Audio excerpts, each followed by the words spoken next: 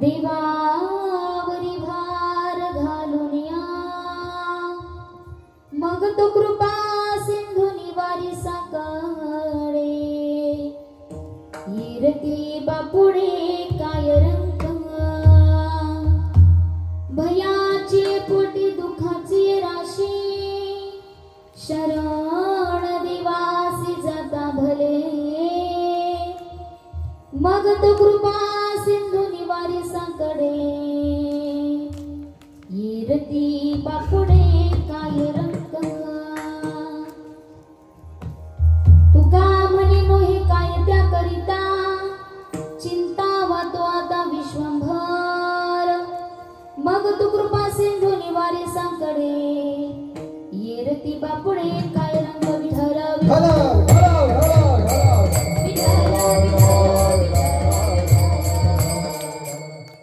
नमो विठ्ठला राजया पांडुरंगा, नमो रुक्मिणी माऊली ज्ञान गंगा, नमो पुंडलिका नमो चंद्रभागा, नमस्कार माझा रुक्मिणी पांडुरंगा करो प्रथम नमन,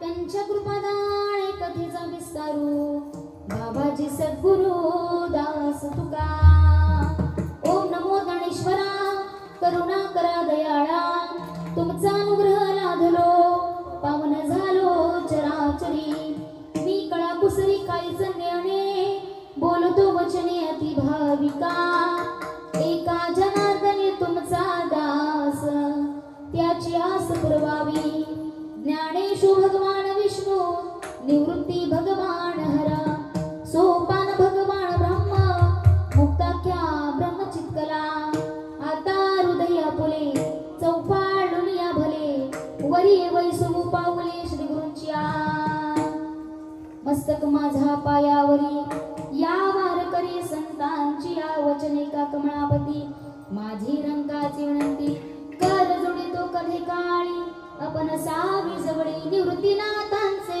चरणी, निवृत्तीनाथांचे चरणी, शरणाई गाजानी, शरणाई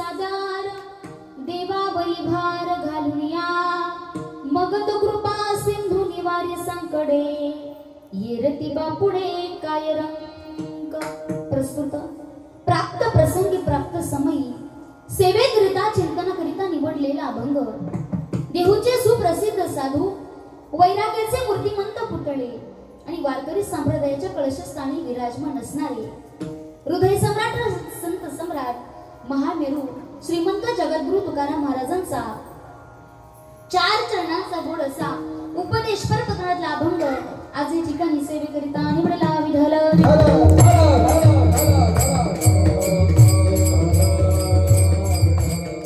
अभंगाला सुरुवात करण्यापूर्वी थोडासा अल्पसा परिहार द्यायचा तो असा. आज या ठिकाणी आपल्या या पिंपळगावामध्ये स्वर्गवासी अरुण बाबा सावळाराम भोईर असतील. बाबांच्या उत्तर कार्याच्या रात्री प्रित्यर्थ सर्व या ठिकाणी भोईर परिवार यांनी ही कीर्तन रूपी सेवा ही ज्ञानदान सेवा आयोजित केली असेल. बाबांच्या पश्चात त्यांचा असलेला सर्वत्र हा परिवार, बाबांच्या या ठिकाणी पत्नी मंदाई असतील. मंदाईनं आपल्या पती गेल्याचं दुःख झालं असेल मायबाप, पण गेलेल्या पतीच्या नावानं हे ज्ञानदान व्हावं या ठिकाणी ही कीर्तन रूपी सेवा आयोजित केली असेल. बाबांच्या पश्चात त्यांचे सुपुत्र परेश दादा असतील. त्यांच्या एकुलते एक सुकन्या या ठिकाणी वर्षाताई असतील. बाबांच्या दोन्ही बहिणी या ठिकाणी जयवंती ताई आणि गीताताई असतील. नागपंड पतवंड असा हा सगळा गोड परिवार. मायबाप जीवनामध्ये जीवन जगत असताना प्रत्येक माणसाला एक ना एक दिवस या जगाचा निरोप घ्यायचा आहे. पण जगाचा निरोप घेतल्याच्या नंतर आपल्या मुलांनी आपल्या परिवारांना हा एवढा तरी कार्यक्रम केला पाहिजे. आज गेलेल्या अरुण बाबांच्या नावानं या ठिकाणी ही कीर्तन रूपी सेवा ही ज्ञानदान सेवा आयोजित केली. अरुण बाबांवरती ह्या परिवाराचं किती प्रेम होतं. नव्हे तर अरुण बाबांनी या परिवारावरती किती प्रेम केलं आणि खऱ्या अर्थानं या प्रेमातून मायेतून ते केलेल्या सगळ्या उपकारातून उतराई होण्याकरिता आजची ही सेवा या ठिकाणी संपन्न होते. ज्यांच्यामुळे ही सेवा माझ्यापर्यंत सुपूर्द केली असेल, आमच्या डोंगी गावचे रोशन दादा असतील, मनापासून त्यांचे आभार व्यक्त करेल. तसं ह्या कार्यक्रमाचा कॉन्टॅक्ट करण्याकरिता 3-4 जणांनी कॉन्टॅक्ट केला, संपर्क केला. सगळ्यांच्याच मनापासून आभार व्यक्त करेल. तसेच माझ्या गुरुवरी असतील महाराष्ट्रातील ख्यातनाम महिला कीर्तनकार हरिभक्तीपरायण वनिताताई प्रकाश पाटील या गुरूंच्या गुरुकृपेने आदरणीय हरिभक्तीपरायण गुरुवर्य कबीर बाबा म्हात्रे असतील या गुरूंच्या गुरुकृपेने समोर बसलेली संत मंडळी, वारकरी मंडळी, सर्व तुम्ही ज्ञात श्रोता मंडळी, गायनाचार्य साधकरी मंडळी, सर्वांच्या चरणावरती नतमस्तक होऊन आजच्या कीर्तन रूपी सेवेला सुरुवात करते. सेवेला गी सेवक झालो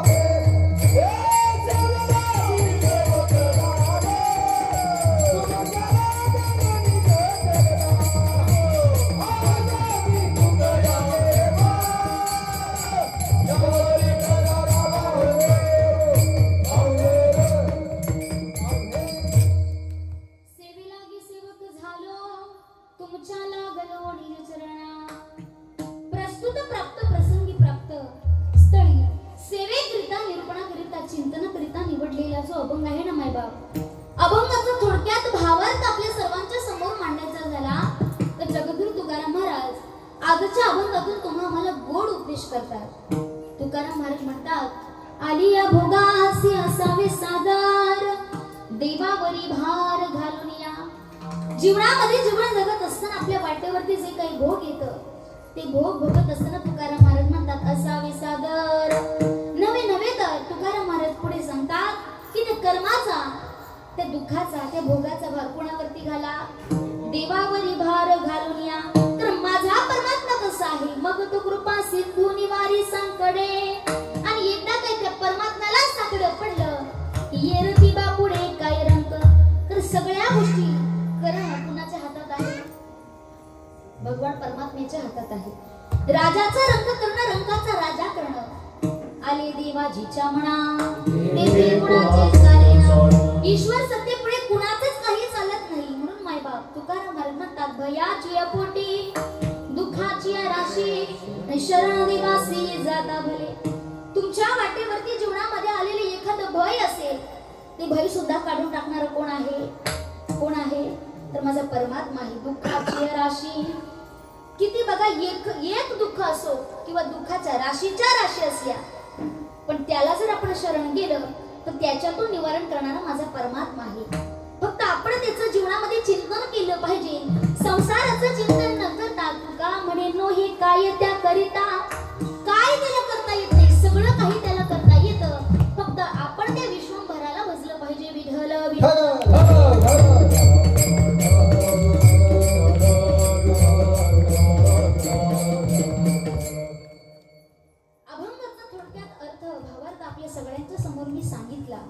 पण कळाला का महिला मंडळ?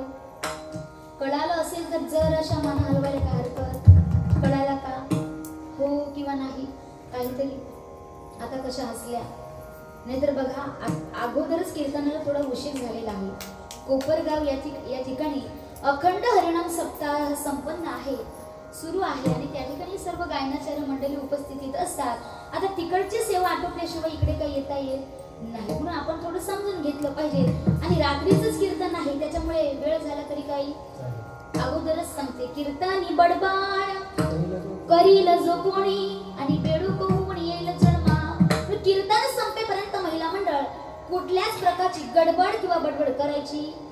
तर मी जे प्रमाण सांगितलं ते संतांचं प्रमाण आहे. कीर्तनामध्ये बसल्यानंतर गडबड किंवा बडबड केली तर पुढच्या जन्मी कोण होईल? बेडू कुठे राहतो? महिला मंडळ कुठे राहतो? एखाद्या गटारामध्ये राहतो. आणि कीर्तन सुरू असलं त्याच्या कानावरती भगवान परमात्म्याचं नामचिंतन पडलं, नामस्मरण पडलं की तो डराबर्ग केल्याशिवाय राहत. मग पुढच्या जन्मी बेडूक व्हायचं असेल तर आवश्यक कीर्तनात बडबड करा, माझी काही हरकत. तर बसल्या बसल्या दुखली लागेल, स्वतःही झोपू नका आणि शेजारच्यालाही झोपू देऊ. आणि फार फार तर चष्मेवाल्याने, नाहीतर चष्म्यातून कधी डोळे लावतील सांगता येत. कारण बघा ज्या घरातून आपण जी वेळ काढून इथे आलो ना, वेळात वेळ काढून इथे येऊन कीर्तन मंडपात धर्म मंडपात बसला आहात ना मायबाप, खऱ्या अर्थानं ज्ञानाच्या 4 गोष्टी आपल्या कानावरती पडल्याशिवाय आपला उद्धार मात्र होणार नाही. म्हणून बघा जे काही आपल्यावरती ज्ञान श्रवण होईल, जे काही कानावरती ज्ञान पडेल ना त्याचा आपण लाभ घेतला पाहिजे. विठ्ठल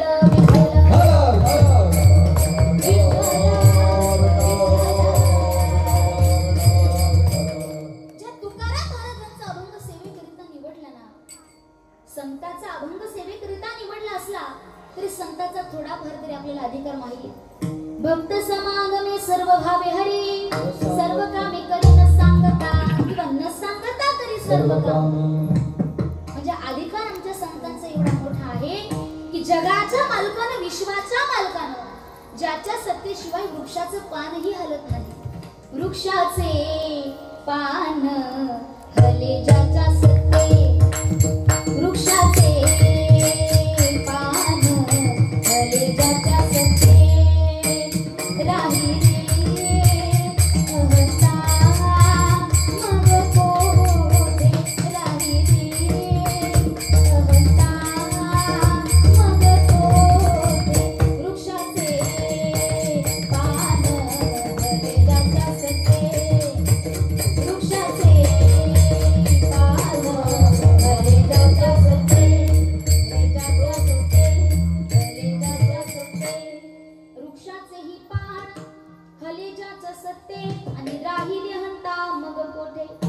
वृक्षाचं म्हणजेच झाडाचं.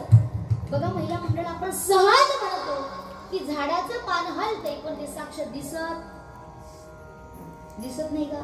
बरं दिसतं, झाडाचं पान हलतंय ते आपल्याला दिसतंय, आपण डोळ्याने पाहतोय, पण कोण हलवत असेल हे दिसतं का? विचार केला का कधी? मग ज्याच्या सत्तेशिवाय वृक्षाचं झाडाचं पान सुद्धा हलतं असा आघात असलेला माझा परमात्मा मैबा जगामध्ये विश्वामध्ये जीवन जगत असताना आजही या देहाची जबाबदारी कुणावरती आहे? या मृत्यू लोकामध्ये जन्माला घालत असताना भगवान परमात्म्याने विचार करावा की माणसाला जर या मृत्यू लोकामध्ये जन्माला घातलं तर हा काय करेल?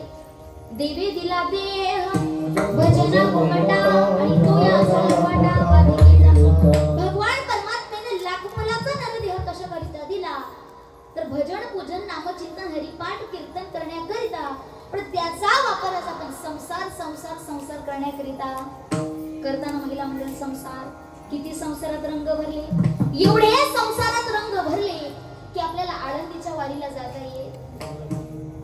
जगद्गुरु तुकाराम महाराज म्हणतात संसारात रंगण्यापेक्षा रंगायचं आहे तर श्रीरंगाच्या रंगात रंगा. रंगी रंगी रे श्रीरंगे काय भुलला श्रीरंगे. कारण बघा संसारात किती भुलून जातो महिला मंडळ आपण. आज जर सुख मिळालं नाही तर उद्या सुख मिळेल, उद्या मिळालं नाही परवा मिळेल, की कुठेतरी मनामध्ये आपण काय निर्माण करतोय? आशा निर्माण करतोय. पण तुकाराम महाराज म्हणतात आशेचे बांधलेले तुका म्हणे माया गेले. अलीकडच्या काळातलं जर बघा व्यवहारातलं छोटंसं उदाहरण द्यायचं झालं तर जमिनीचा पैसा महिला मंडळ, बऱ्याचशा महिला मंडळाने अजूनही आशा ठेवली जमिनीचा पैसा येईल, गोल्डन वरची 1.5 लाखाची साडी घेईल, नाहीतर शालू घेईल आणि एवढे चांगले फोटो काढेल आणि फक्त ते स्टेटसला. बरं नुसती साडी घेऊन चालत नाही तर त्याला ब्युटी पार्लरची मेकअप लागते. नुसती ब्युटी पार्लरची मेकअप किंवा गोल्डन वर्कची साडी नसून चालत नाही तर त्याला आयफोन लागतो फोटो काढायला. मग हे सगळं कधी होईल? जोपर्यंत जमिनीचा पैसा येत नाही तोपर्यंत. ही आपण काय मनामध्ये ठेवली आज? आशा ठेवली. पण जगाच्या पाठीवर संत महात्मे म्हणतात सांगतो तुम्हासी भजारे विठ्ठला नाहीतरी गेला जन्मवाया. मनामध्ये ही आशा ठेवण्यापेक्षा परमात्म्याच्या नाम चिंतनाची तुम्ही आशा जर बाळगली तर खऱ्या अर्थानं देहाचं सार्थक झाल्याशिवाय राहणार. आम्ही तुम्हाला सांगतो की संसाराला भजू नका, विठ्ठलाला भजा आणि विठ्ठलाला भजलं नाही तर नाहीतरी गेला जन्म वाया. तुकाराम महाराजांचा अधिकार एवढा मोठा महिला मंडळ. सहा तुकाराम महाराजांनी अभंगवाणी गायली. तुकाराम महाराजांनी अभंगवाणी गायल्याच्या नंतर दगडातून सुद्धा ध्वनी ऐकू यायचा. तुकोबाची अमृतवाणी देवाजीच्या पडता कानी. तुकोबाची अमृतवाणी देवाजीच्या पडता कानी. दगडाच्या टाळ्यामध्ये गायले अभंग. दगडाच्या टाळ्यामध्ये गायले अभंग. तुकोबाची अमृतवाणी देवाजीच्या पडता कानी. तुकोबाची अमृतवाणी देवाजीचा पडता कानी. दगडाच्या टाळ्यामध्ये गायले अभंग. दगडाच्या टाळ्यामध्ये गायले अभंग. गोरोबाचे मडके घडले कबीराचे शेले विणले. गोरोबाचे मडके घडले कबीराचे शेले विणले. भगीरथा सागरी रंगले स्वर्गाहून रंगा. दगडाच्या टाळ्यामध्ये गायले अभंग. दगडाच्या टाळ्यामध्ये गायले अभंग. दगडाच्या टाळ्यामध्ये गायले अभंग. ते तुकाराम महाराजांच्या अभंगातून सांगतात मायबाप आलिया भोगासी असावे सागर. जे काही आपल्या वाटेवरती दुःख येतं, भोग येतं ना, खऱ्या अर्थानं प्रत्येक माणसाच्या जन्माला 3 कारणं सांगितलेली आहेत. पहिलं कारण त्यानं केलेलं कर्म, दुसरं कारण त्यानं केलेलं पाप आणि तिसरं कारण त्या माणसानं ठेवलेली वासना. आता महिला मंडळ, आपण इथे जे काही कर्मकांड करतो ते केलेले कर्म भोगण्याकरिता आपल्याला पुन्हा मृत्यू लोकांमध्ये जन्माला यावं. पण जन्म कुणाच्या योनीमध्ये मिळेल ह्याची शाश्वती देता येत नाही. ज्ञानोबा म्हणतात अगा कर्मे जे उरावे तैतिही सुख दुःखी फळावे आणि तया ते भोगावया यावे देहाधिका. देहाचं देहाला म्हणजे शरीराचं शरीराला येणं केव्हा संपेल? जोपर्यंत आपण वाईट केलेलं कर्म किंवा वाईट कर्म करायचं टाकून देत नाही, सोडून देत नाही, तोपर्यंत देहाचं देहाला येणं संपणार. तैसे येण्याचे शरीरे शरीरा येण सरी किंबहुना येण जरे चिरापडे. व्यवहारातलं उदाहरण द्यायचं झालं तर बघा, आता माणसाचा जन्म मिळाला पण पंढरपूरला जायची इच्छा होत, आळंदीला जायची इच्छा होत, खुशाल नाही म्हणता म्हणजे तुमची खरंच इच्छा होत नाही. एक दिवस अशी गंमत झाली बघा, जंगलामध्ये एक माकड आणि माकडीण दोघ जण राहत होते. आता जंगलामध्ये अनेक प्राणी असतात पण अशा ठिकाणी ते राहत होते बघा महिला मंडळ.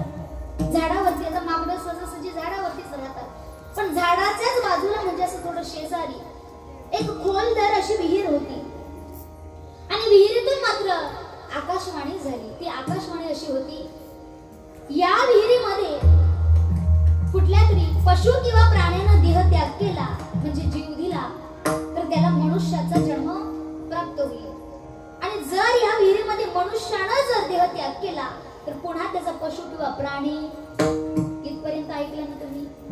आता माकडीने ही आकाशवाणी ऐकावी पण माकडीन माकडाला सांगू लागली चला काय करूया, या विहिरीमध्ये आपण देह त्याग केला की आपल्याला माणसाचा जन्म मिळेल. आणि बघा, जर माणसाचा जन्म मिळाला समाधी सोहळा मात्र जवळ आलेला आहे. कुठे काहीतरी 10 ते 15 दिवस आहेत. आपण माणसाचा मनुष्याचा जन्म मिळाला की कुठल्या तरी दिंडीमध्ये सहभागी व्हायचं आणि त्या ठिकाणी साधू संतांच्या संगतीमध्ये राहून भगवान परमात्म्याचं नामचिंतन करायचं, साधू संतांचे गुणगान गायचे. त्या ठिकाणी आळंदीत गेल्याच्या नंतर इंद्रायणीमध्ये स्नान करायचं, एकादशी व्रत करायचा. एवढं सगळं मात्र त्या माकडानं ऐकलं. कुणाचं झोपल्या की काय, अशा बऱ्याच माकडीने आपल्या माकडाला चांगलं चांगलं सांगतात, पण माकड काय शेवटपर्यंत ऐकत? ते शेवटी माकडच होतं, ते काय ऐकायला तयार नाही. पुन्हा त्या माकडीनं सांगून सांगून सांगून बोलून बोलून माकडाच्या डोक्यात थोडासा फरक पडला. कारण बघा, महिला मंडळांचं बडबड, महिला मंडळांची बोलणं असं आहे की एक वेळ आमच्या महिला मंडळ जेवल्याशिवाय म्हणजे उपाशी राहतील, न जेवल्याशिवाय उपाशी राहतील, पण बोलल्याशिवाय राहणार. आजपर्यंत मला कळत नव्हतं नाना महाराजजी की पेट्रोल पंपावरती पेट्रोल भरायला जायच्या वेळेला महिला मंडळांना पेट्रोल पंपाच्या बाहेर का उतरतात, तर तिथे पेट्रोल पंपावरती लिहिलेलं असतं की आग लावणाऱ्या वस्तू तुम्ही दूर ठेवा किंवा बाहेर ठेवा, म्हणून ते कारण आहे. आता तिथे सुद्धा ही माकडी एवढी बडबड करत होती, माकडाला सहनच झालं नाही. बिचारा कामावरून आलाय का दमून आलाय, तिला काही चिंता नाही, पण हिची बडबड काय संपत नव्हती. आता ह्या माकडीने सांगितलं की बघा, शेवटची संधी चालून आलेली आहे, त्या संधीचा लाभ घेतला पाहिजे. आता माकड कसं तरी तयार झालं. शेवटी माकडाने सांगितलं की आपण दोघं उडी मारूया, म्हणजे देहत्याग करूया, माणसाचा जन्म मिळेल आणि मग आळंदीला जायचं की नाही तो पुढचा विचार नंतर करू. माकडीला वाटलं की उडी मारायला तयार झाले तर आपण लगेचच आपण त्याच्यामध्ये देहत्याग केला पाहिजे. आता दोघेही उडी मारणार. तेवढ्यात पुन्हा माकडाला प्रश्न पडला की म्हणे नक्की तू उडी मारणार आहेस का? नाहीतर मी जायचो त्या विहिरीमध्ये आणि तू मजा मारायला राहशील, जाशील माहेरी, चांगली चमचम बनवून खाशील, बासुंदी बनवून खाशील. माकडीन म्हटल्या, हो एवढे वर्ष तुमच्या सोबत संसार करते, पण तुमचा का माझ्यावरती विश्वास अजून बसला नाही. म्हणे असं करूया, आपण दोघांनी आपल्या दोघांचा एकमेकांचा हात आपल्या हातामध्ये पकडायचा, 1 2 3 म्हटलं की म्हणे डायरेक्ट उडी. ठरवल्याप्रमाणे 1 2 3 म्हटलं, विहिरीमध्ये देहत्याग. आता काही आकाशवाणी झाली होती, पशु किंवा प्राण्याला देहत्याग केला तर त्यांना मनुष्याच्या जन्माची प्राप्ती होईल, मनुष्य जन्म मिळेल. आता त्या माकडाचा झाला दिव्य पुरुष आणि माकडीची झाली सुंदर अशी स्त्री. पण माकड विचार करू लागला की म्हणे आता आळंदीला जावं लागेल, इंद्रायणीमध्ये स्नान करावे लागेल, आषाढीची वारी जवळ आली की म्हणे पंढरपूरला जावं लागेल, पुढे एकादशी व्रत करावं लागेल, चंद्रभागे स्नान करावं लागेल आणि वाळवंटामध्ये विठूच्या नामाचा गजर करावं लागेल. त्यातल्या त्यात एकादशी व्रत हा असा आहे की द्वादशीच्या दिवशी पारणं फेडावं लागतं. आपलं बरं होतं माकडाचं, खायचं प्यायचं आणि झोपायचं, खायचं प्यायचं आणि झोपायचं. म्हणे आता काय मला हे जमणार. आताच विचार करा, एकादशी दिवशी एकादशी दिनी खाईल जो अन्न सुख राहून येईल जन्मा. कोण म्हणतात? संत महात्मे. एकादशीच्या दिवशी जो काही अन्नप्राशन करेल तो पुढच्या जन्मी सुख म्हणजे डुक्कर. डुक्कर काय करतात हे कीर्तनात सांगायची गरज. म्हणून जन्माला आल्यानंतर बघा, हा लाख मोलाचा नरदेह मिळाला, त्या देहाची किंमत आज नाही कळत. एखादा आजार झाला की ती लाखो कोटी पैसे आपल्याला खर्च करावे लागतात. नव्हे तर त्या डॉक्टरांपुढेही कुणाचं काही चालत नाही. आता माकड म्हटलं की एवढं सगळं करण्यापेक्षा म्हणे आपल्याला काही जमणार. पुन्हा माकडानं त्या विहिरीमध्ये म्हणजे त्या दिव्य पुरुषानं त्या विहिरीमध्ये देहत्याग. आता काय सांगितलं होतं, मनुष्यानं त्याच्यामध्ये देहत्याग केला की पुन्हा त्याचं काय होईल? माकड होईल, म्हणजे प्राणी होईल. आता तेवढ्याच काय झालं, ही सुंदर अशी स्त्री होती आणि त्या जंगलाचा राजा तिथे आला. जंगलाच्या राजानं सुंदर अशा स्त्रीला पाहिलं, आपल्या हातामध्ये तिचा हात घेतला आणि सरळ निघून चालला होता. पण हे माकड मात्र माझी बायको माझी बायको माझी बायको करत करत त्याच्या पाठीमागे पळत होता. मला सांगायचं एवढंच आहे की त्या माकडानं किती उड्या मारून किंवा आरडाओरडा करून सांगितलं की ही माझी बायको आहे, त्या राजाला खरं वाटेल का? त्या राजाला खरं पटेल का? नाही. मग मायबाप, माणसाचा जन्म मिळाला, खऱ्या अर्थानं या देहाचं सार्थक करून घेतलं पाहिजे. जन्मा येऊन या देखा, जन्मा येऊन या देखा, जन्मा येऊन या देखा, जन्मा येऊन या देखा.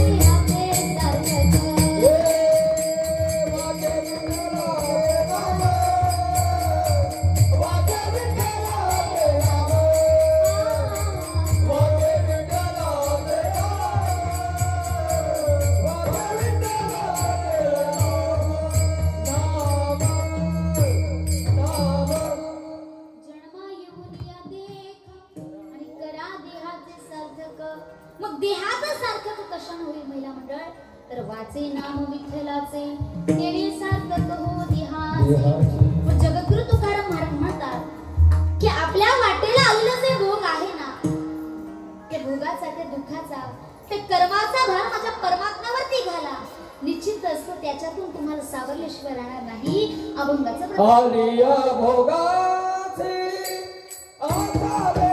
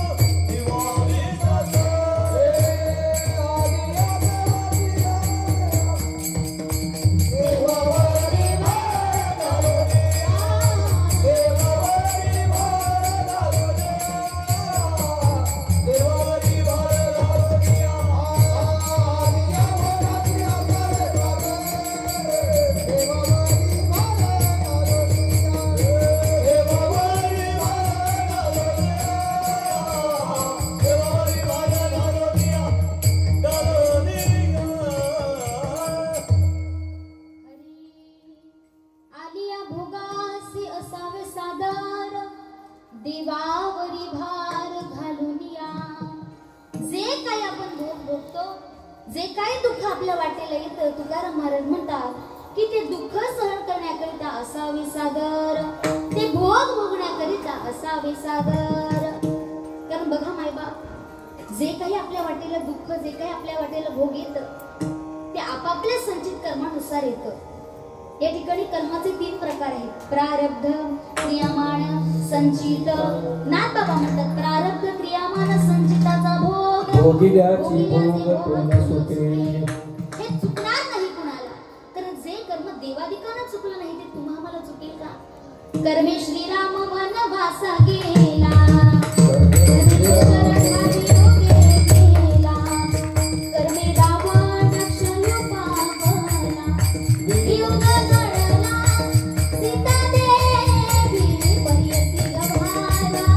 Oh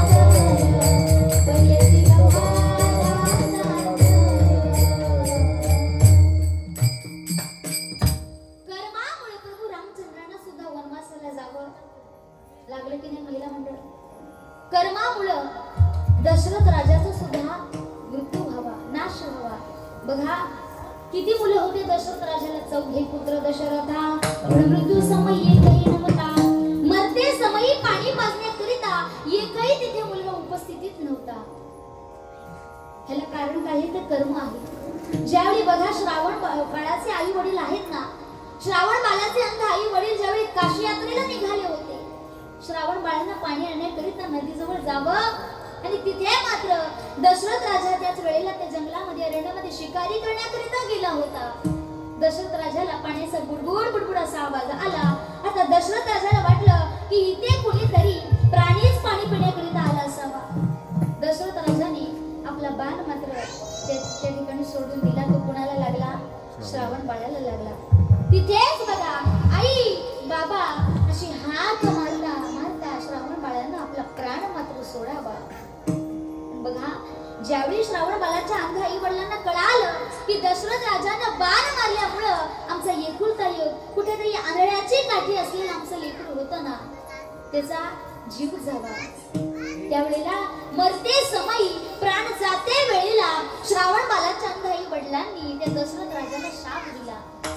जसं आम्हाला पाण्या वाचून तरफडून तू मरायला लावलंस ना, तरफडायला लावलं, तसं तुझा सुद्धा काही होईल. तरफडून तरफडून पाण्या वाचून तुझा मृत्यू होईल. आणि बघा त्यासारखंच अगदी बघा दशरथ राजाचा सुद्धा मृत्यू झाला. एवढा मोठा रावण, किती मोठा रावण, ज्याला कशाचीच काही कमी नव्हती. सोनियाची त्याची पुरी होती, समुद्राचा वेढा, समुदाय गाडा राक्षसांचा. एवढं वैभव असताना ते रावणाचा सुद्धा नाश झाला. नवे नवे तर माझ्या सीता मातेला सुद्धा आपल्या पती पासून वियोग सहन करावा लागला. जर देवाधिकांना भोग चुकलं नाही तर तुम्हा मला चुकेल का? आज या भोई परिवारावरती पाहता पाहता एका पाठोपाठ अनेक दुःख आले. दुःखाचा डोंगर, दुःखाचा या ठिकाणी माथ्यावरती आभाळ जे कोसळलेलं आहे ना, खऱ्या अर्थाने दुःखातून सावरता सावरता बरेच वर्ष जातील. कारण जगामध्ये विश्वामध्ये जीवन जगत असताना प्रत्येक माणसाच्या वाटेला दुःख भोग या गोष्टी येतात.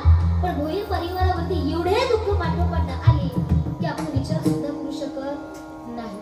अगदी या ठिकाणी तुकाराम महाराजांच्या अभंगात म्हणतात ना, आली या भोगासी असावे सादर देवावरी भार घालूया. अगदी त्याप्रमाणे या परिवाराने म्हणून मात्र पुढे चाललं पाहिजे. आली या भोगासी असावे सादर देवावरी भार घालूया.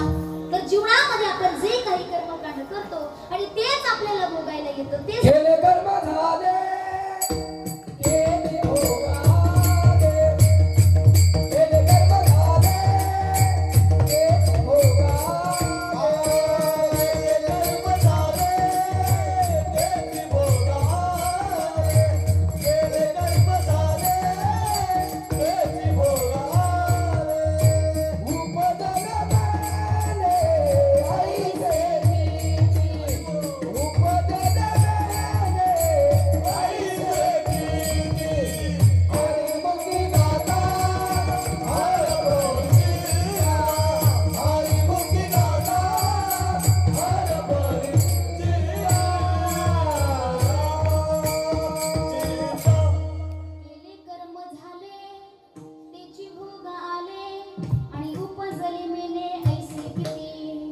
जीवन जगत असताना जे काही कर्म करू आणि केलेल्या कर्माचं आपल्याला फळ मात्र मिळणार. मायबाप जे दुःख जे भोग माझ्या देवकी मातेला हे चुकलं नाही, तुम्हा मला चुकेल का? माझ्या द्रौपदी मातेला सुद्धा कुठे दुःख चुकलं, तिला सुद्धा ते दुःख सहन करावं लागलं. बघा भोग कसं असतं.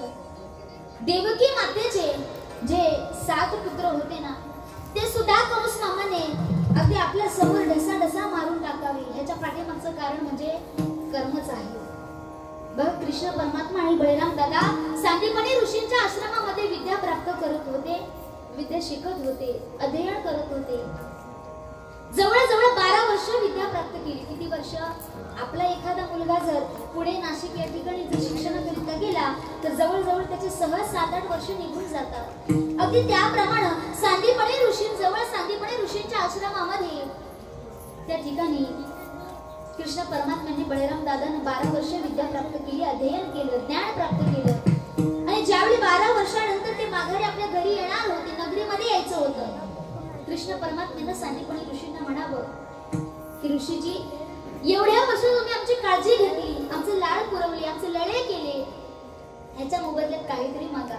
म्हणजे काहीतरी त्याचा मोबदला आमच्याकडे द्यायला काही नसेल, पण तुम्ही काहीतरी मागा. सांदीपणी ऋषींना माहित होतं की कृष्ण परमात्मा आणि बळीराम दादा साक्षात हे देवच आहेत. ह्यांच्याकडे आपण काही मागायचं नाही, भगवान परमात्म्याचे अंश आहे. पण कृष्ण परमात्मा काय ऐकायला तयार? गुरुपिता, तुम्ही आमच्याकडून काहीतरी मागा आणि तेव्हाच आम्ही इथून मात्र बाहेर निघणार. पण गुरुपिता काही मागायला तयार नाही. कृष्ण परमात्मा सुद्धा ऐकत नव्हते. लगेचच इकडची चतुराई तिकडे पुरवली. म्हणजे कुठे? जर गुरुपिता आपल्याकडे काही मागत नसेल तर गुरुमातेकडे गेलं पाहिजे. आता गुरुमातेजवळ जावं आणि सांगावं की आई साहेब, आमची एवढीही काळजी घेतली, आमच्यावरती तुम्ही लाड केले, सगळं काही आमचं व्यवस्थित तुम्ही इथे सांभाळलं, त्याच्या मोबदल्यात काहीतरी मागा. तर महिला मंडळ आमच्या अशा आहेत, एखादा ब्राह्मण, एखादा साधू महात्मा दारापुढे आला, भगवे कपडे पांघरणारा, 4-5 दिवसातून पांढरे कपडे पांघरणारा, की लगेच आपण त्याला भाडून जातो. बरोबर ना महिला मंडळ? फक्त त्यांना म्हणावं की मी भविष्यवाणी सांगणार आहे, बाई त्याला काही द्यायला तयार होते. नशीब सोनं नाणं नाही देते, कारण ते आता मागं झालं. एवढं माग झालं की आता येणाऱ्या काळात आता आज तुळशीचा विवाह आहे, उद्यापासून जशी लग्नाला सुरुवात होईल, मला तर वाटतं त्या नवरीला पाणी लावून घेऊन जातील की काय. जगाच्या पाठीवर जो काही आपला पैसा भगवान परमात्म्यानं प्राप्त करून दिला, तो फक्त आल्या पावली आपण त्याला काय केलं? जे हातामध्ये मौज मजा करायला मिळेल त्या मौज मजेमध्ये आपण त्याला वाया घालून टाकला. खरी पैशाची किंमत कधी कळेल? आता खरंच सोन्याचा भाव झालेला आहे ना, तेव्हा मात्र कळेल की नाही काय माहित. आता या ठिकाणी गुरु माता सुद्धा घालून गेला. कृष्णा, तुला द्यायचं आहे तर काय दे. 12 वर्षापूर्वी मेलेला माझा पुत्र आहे ना, जसाचा तसा जिवंत करून दिला ना लगेच. तर माझ्या परमात्म्याला काय कशाची कमी नव्हती, काय करता येत नव्हतं. तू का म्हणे आले समर्थाच्या म्हणा, जरी होई नाना रघुपतीचा.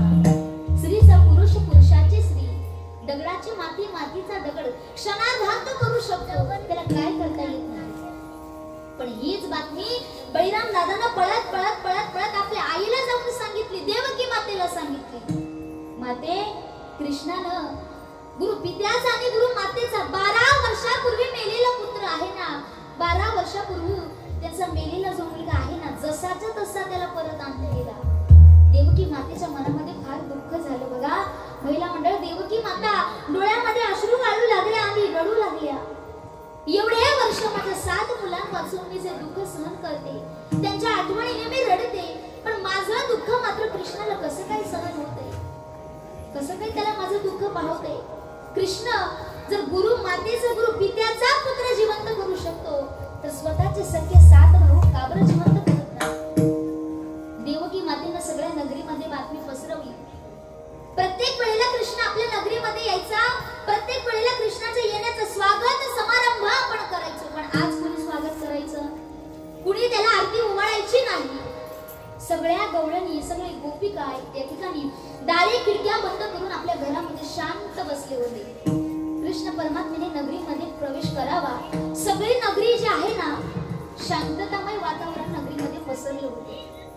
कृष्ण परमात्म्याने अस्ताव्यस्ता पडलेली नगरी पाहिली आणि मनामध्ये विचार करू लागले की आज असं काय नगरीमध्ये झालेलं आहे की माझ्या येण्यानं कुणाला आनंद झाला नाही, मला कुणीच आरती ओवाळली नाही. अलगद पावले टेकत टेकत टेकत आपल्या घरामध्ये प्रवेश करावा आणि मातेच्या चरणाचं दर्शन घ्यावं. श्री संतांची माता चरणावरी साष्टांग हे करी दंडवत, मातेला दंडवत घालावं. माते, आज काय झालं असं? माझ्या येण्यानं संपूर्ण नगरीलाही आनंद झाला नाही, नवे तर तुला सुद्धा आनंद झाला नाही. प्रत्येक वेळेला माझ्या येण्याची वाट पाहत बसायची, दारामध्ये अश्रू गाळायची, आताच येईल मगच येईल. माझ्याकरिता सजवलेला धजवलेला कुठेतरी आरतीचं ताट असायचं, आज मला ओवाळणी सुद्धा केली नाही. माते, असं काय झालं? सांगितलं. देवकी मातेनं म्हणावं, कृष्णा, अरे तूच याला कारणीभूत आहे. तुझ्या येण्यानं कुणाला आनंद झाला नाही, नवे तर मला सुद्धा आनंद झाला नाही. याला कारणीभूत तू आहेस. माते, ह्याला कारणीभूत मी आहे. मग असं कोणतं मोठं कारण आहे की माझ्या कृष्णा तुला ऐकायचं आहे बघ ऐक. जर तू गुरु मातेचा गुरु पित्याचा मुलगा जसाच्या तसा जिवंत करून परत आणू शकतो. तुझे सख्खे 7 भाऊ म्हणजे माझे मुलं 7 जसे तर जसे कंस मामाने समोर मारून टाकले ते का बरं तू जिवंत करत नाही? माते तुला पाहायचं आहे का? त्याच्या पाठीमागचं कारण कोणतं आहे? त्याच्या पाठीमागचं कर्म कोणतं आहे? बघ माते माझ्या डोळ्यांमध्ये बघायला सुरुवात कर. देवकी मातेनं कृष्ण परमात्म्याच्या डोळ्यांमध्ये पाहायला सुरुवात करावी. पाहता पाहता मागच्या 5व्या जन्मामध्ये प्रवेश केला. 5व्या जन्मात काही दिसलं नाही. 4थ्या जन्मात प्रवेश केला, काही दिसलं नाही. 3ऱ्या जन्मात प्रवेश केला, काही दिसलं नाही. पाठीमागचे 5 म्हणजे पहिले, दुसरे, तिसरे, चौथे पासून 4ही जन्मांमध्ये एकही वाईट पापकर्म दिसलं. पण ज्यावेळी 5व्या जन्मामध्ये देवकी मातेनं प्रवेश केला ना मायबाप, त्या वेळेला देवकी मातेला 5व्या जन्मामध्ये, पाठीमागच्या 5व्या जन्मामध्ये देवकी मातेला असं पाहायला मिळालं की देवकी मातेला पुत्र होत नव्हते, पण देवकी मातेला एक सवत होती महिला मंडळ. आणि ते सवतीला एक मुलगा झाला, एक पुत्र झाला की देवकी माता त्याच्याकडे पाहून क्रोधायमान व्हायची. कारण तो मुलगा, तो पुत्र दिसायला इतका सुंदर, इतका कुरूप असायचा, राजस सुकुमार असायचा. आणि त्याच्याकडे पाहून देवकी माता क्रोधायमान व्हायच्या. देवकी माता त्या पुत्राला मारून टाकायच्या. पुन्हा दुसरा मुलगा झाला, त्याच्याकडे पाहून देवकी माता क्रोधायमान व्हायच्या, त्यालाही मारून टाकायच्या. पाठोपाठ देवकी मातेनं पाठीमागच्या 5व्या जन्मामध्ये 7 पुत्र मारून टाकले आणि त्याचा दुःख देवकी मातेला ह्या जन्मामध्ये भोगावं. तुकाराम महाराज म्हणतात, आलिया भोगासी असावे सादर, देवावरी भार घालून या. आमच्या वाटेला सुद्धा भोग आलं. तुकाराम महाराज म्हणतात, आमच्या वाटेला सुद्धा दुःख आलं, पण दुःखातून सावरणारा माझा परमात्मा आहे. तर परमात्मा कसा आहे? तर कृपेचा सिंधू आहे, अभंगाचं दुसरं. मग तो कृपा सिंधू निवारी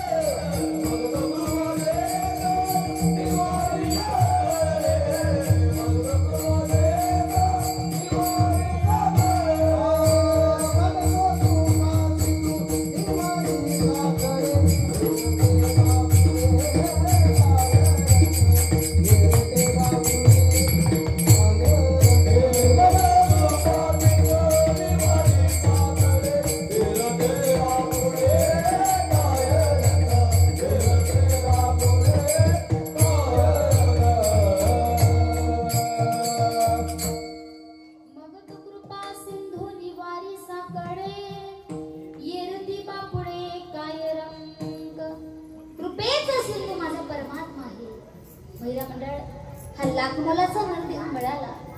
कशाकरिता? मगाशी सांगितलं, भजन पूजन नामचिंतन करण्याकरिता. पण आपल्या महिला मंडळांना वेळ काय मिळत? तर सकाळपासून अगदी उठल्यापासून जे संसाराला आपल्या घरातल्या कामांना सुरुवात होते ते रात्री झोपेपर्यंत काम काही संपत, पण आयुष्यभर हेच करत राहायचं आहे का? त्याच सोबत कामामध्ये काम, काही म्हणा दिवसभर आपण काही काम करतो ना महिला मंडळ, ते काम करत असताना देवाचं स्मरण मनामध्ये असलंच पाहिजे. विशेषतः माझं सांगणं असतं की स्वयंपाक बनवताना तरी कुठल्या शेजारणीची किंवा घरात असलेल्या सासूबाईची निंदा करू. खऱ्या अर्थानं बघा, आपले दिवसाचे किती तास आहेत महिला मंडळ? बोला ना जरा. आतापर्यंत मी एकटीच बोलत होते. बोला. 24 तास आहेत. 24 तास बरोबर ना? 24 तासापैकी 23 तास बाजूला ठेवा आणि 1 तास, ते 1 तासाला नाव द्या निंदेचा तास. आणि त्या 1 तासामध्ये तुम्ही किती निंदा करायची ना तेवढी निंदा करा. पण विशेषतः घरात काम कुठले करत असो, आपण स्वयंपाक बनवत असो, तर कुठल्या शेजारीची तुम्ही निंदा करत असाल ना महिला मंडळ, करायचीच आहे तर एक स्पेशल तास काढा. पण स्वयंपाक करताना जर तुम्ही निंदा केली तर जी कोणाची तुम्ही निंदा करता, ज्या काही तुम्ही शिव्या घालता, जे काही वेडे वाकडं बोलता, तर या वाणीनं आपण साज आणि मवाळ, मिथुळे आणि रसाल, शब्द दैसे कल्लोळ अमृतासा. ज्ञानोबराय म्हणतात की साज आणि मवाळ, खरे व मऊ कमी पडे रसाल. कमी बोला पण चांगलं बोला, थोडंसं बोला पण चांगलं बोला. एखादा माणूस बघा ना, एखादा कथाकार, आपण युट्यूब वरती सुद्धा अनेक कथाकारांचे आपण कथा श्रवण करतो. कथाकारानं किती बोलत राहावं, कीर्तनकारानं किती बोलत राहावं, पण ऐकणाऱ्याला मात्र कंटाळा येतो. कारण खरंच त्याच्या बोलण्यामध्ये साक्षात सरस्वती माता उमळत असते. पण आपला तेवढा भावही असला पाहिजे.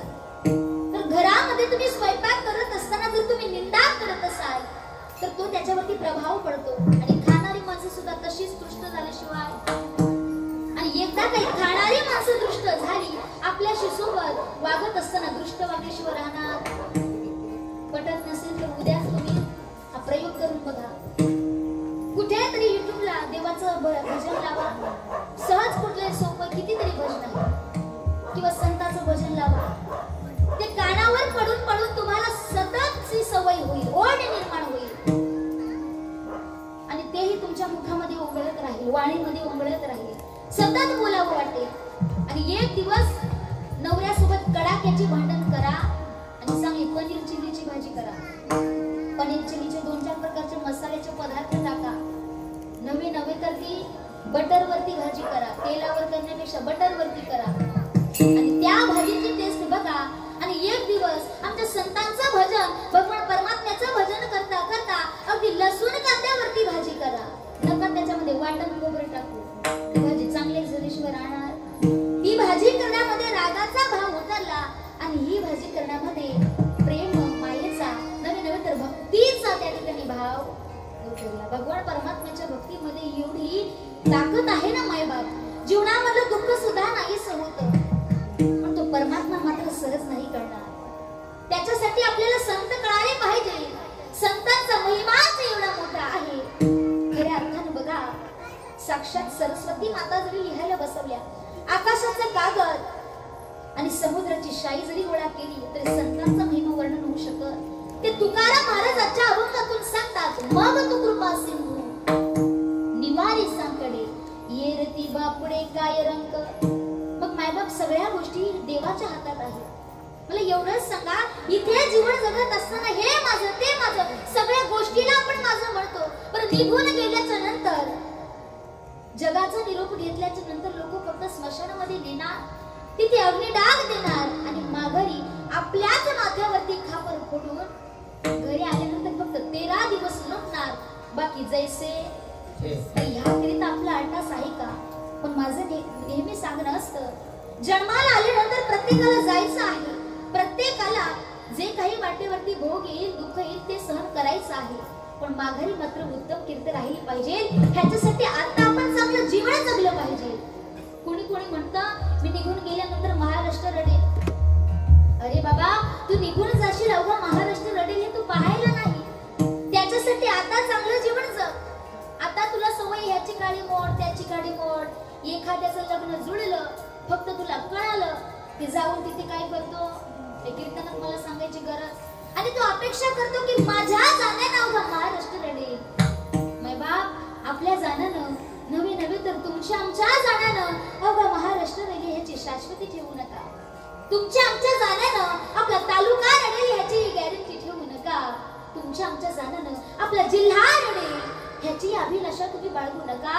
तुमच्या आमच्या जाण्यानं आपलं स्वतःचं पिंपळ गाव जरी रडलं तरी फारसं चांगलं आहे. गावाकरता तरी चांगलं जीवन जगा. नाही तुम्हाला चांगला परमार्थ करता येत, पण निदान सामाजिक कार्य तरी करा. पण एखादा समाज कार्य करणारा असेल ना, त्याला सुद्धा लोक म्हणतात की एवढे वर्ष काय केलं आणि आता समाज कार्य करायला. अरे बाबा तुला चांगलं बोलता येत असेल पण वाईट बोलण्याचा अधिकार दिला नाही. तुकाराम महाराज म्हणतात येरती बापुडे काय रंग. जगाचा मालक असा आहे किती जरी आपल्या दुःखाच्या राशीच्या राशी जरी असल्या तरी त्याच्यासून सुद्धा आपला उद्धार करणारा परमात्मा आहे. वेश्यागणिकेनं बघा काय केलं महिला मंडळ. दिवसभर तिला काही कामधंदा नव्हता. रात्री फक्त ती काय करायची वेशीचा धंदा करायची. दिवसभरात काही काम नव्हता. एक दिवस बाजारामध्ये गेली आणि एक बोलका पोपट होता. तो बोलका पोपट तिला फार आवडला म्हणून तिने तो खरेदी केला आणि घरामध्ये दिवसभर काही काम नसल्यामुळं तिने करमणूक म्हणून त्याच्यासोबत काहीतरी गप्पा करता येतील करमणूक म्हणून तिने तो पोपट घरामध्ये आणून पिंजऱ्यामध्ये. पण पोपटाला मात्र सवय होती कारण पोपट कसा होता भूक लागली का काय भूक नाही ना लागली तुम्हाला. बोलका पोपट होता. उपास आहे ना तुमचा भूक नाही लागणार. बोलका पोपट होता. त्याला राम राम राम राम बोलायची सवय होती.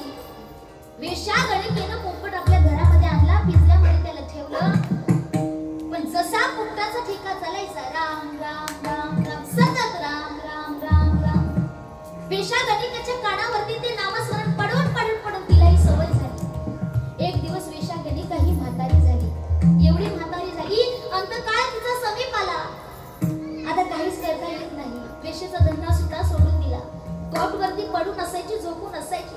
मरणाची वाट पाहत होती तेव्हा सुद्धा पोपटाचा सारखा ठेका चालायचा राम राम राम राम. पोपट विसरला किंवा भजन करून करून तो दमला किंवा थकला तर तो थांबायचा. पण तो थांबला तरी वेश्यागणिकेचं भजन वेश्यागणिकेचं स्मरण चालत असायचं.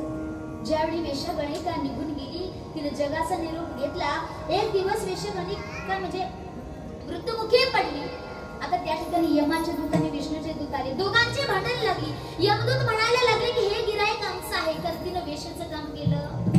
पण विष्णुदूत म्हटले तिनं वेश्येचं काम केलं जरी असेल ना जीवन जगत असताना मरत्या समयी तिनं कोणाचं भजन केलं.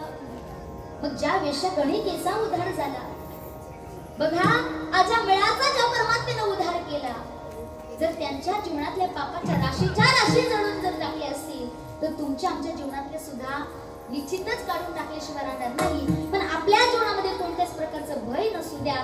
भयाची अपोटी दुःखाची राशी शरण देवासी जातावली. आपण त्याला जर अनन्य भावाने शरण आलो जो मज होई अनन्य शरण त्याचे निवारी जन्म मरण या लागता शरण्यगत शरण्य मेची. तुकाराम महाराज म्हणतात काय त्याला करता येत नाही सगळं काही करता येतं पण आपण त्या विश्वंभराला भजलं पाहिजे.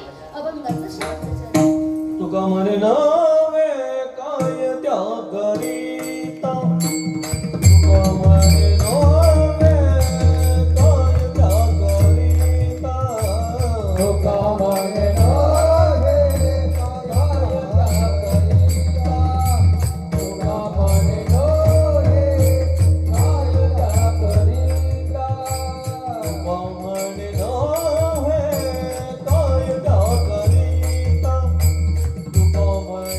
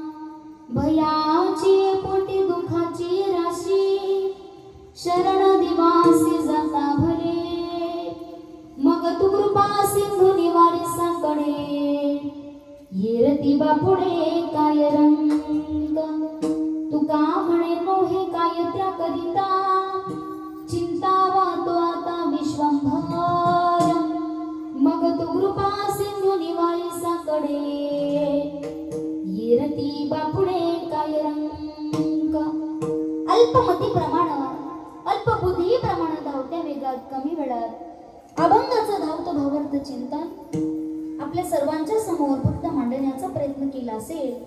आपल्या पिंपळ गावामधून या भोईर परिवारातून स्वर्गवासी अरुण बाबा सावळाराम भोईर असतील या ठिकाणी या सर्व भोईर परिवाराच्या माथ्यावरती दुःखाचा डोंगर कोसळला, दुःखाचा आघात कोसळला. नव्हे तर परिवाराने या ठिकाणी दुःख सहन करता करताही गेलेल्या बाबांच्या नावानं गेलेल्या वडिलांच्या नावानं ज्ञानदान व्हावं हा अट्टहास केला, हा प्रयत्न केले.